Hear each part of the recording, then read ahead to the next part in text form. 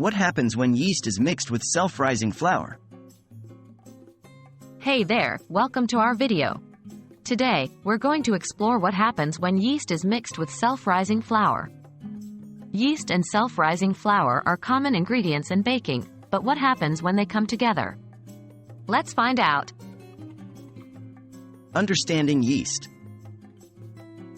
Before we dive into the interaction between yeast and self-rising flour, let's understand what yeast is.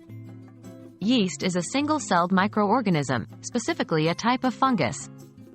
It's commonly used in baking to make bread rise and provide a fluffy texture. Yeast feeds on sugars and releases carbon dioxide gas as a byproduct through a process called fermentation. What is self-rising flour? Now, let's talk about self-rising flour. Self-rising flour is a type of flour that already contains baking powder and salt mixed in. This combination allows baked goods to rise without the need for additional yeast or baking powder. Yeast and self-rising flour interaction. When yeast is mixed with self-rising flour, a couple of things happen. First, it's important to note that self-rising flour already contains baking powder, which is a leavening agent that helps baked goods rise. However, yeast is a different leavening agent that produces carbon dioxide through fermentation. When yeast is added to self-rising flour, it can still produce some fermentation, but the effect may be somewhat limited. The yeast will interact with the sugars present in the self-rising flour and produce carbon dioxide gas. This gas creates bubbles in the dough, causing it to rise to some extent. Rising potential.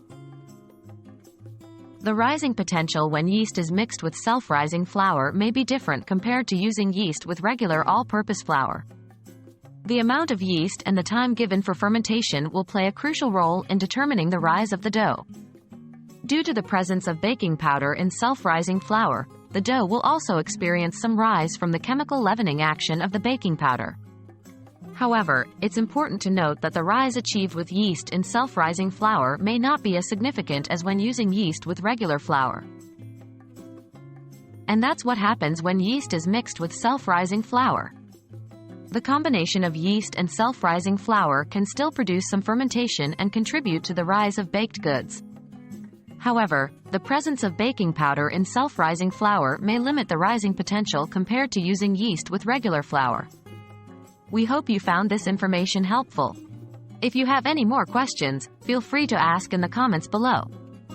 Thanks for watching, and happy baking!